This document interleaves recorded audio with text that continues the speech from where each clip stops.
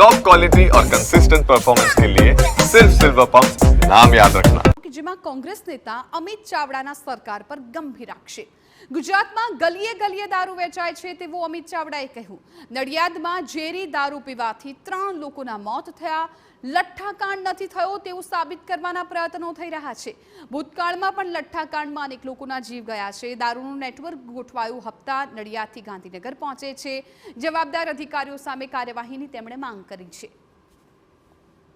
પહેલા પણ નડિયાદ નજીક આ જ રીતે લઠ્ઠાકાંડ થયો હતો, લોકોના જીવ ગયા હતા। આ ફરી ઝેરીલો શરાબ પી અને 3 લોકોના મૃત્યુ થયા છે।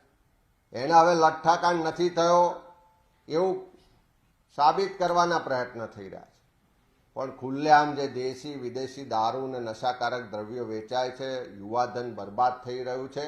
અને એથી પણ વિશેષ આવા લઠ્ઠાકાંડ વારંવાર પહેલાં બોટાદમાં થયો, ખેડા જિલ્લામાં થયો, ફરી ખેડા જિલ્લામાં થયો, તો એવા અધિકારીઓ, એવા પોલીસ સ્ટેશનના જવાબદાર જે પણ પોલીસ અધિકારીઓ છે એની પણ સામે કાર્યવાહી થવી જોઈએ।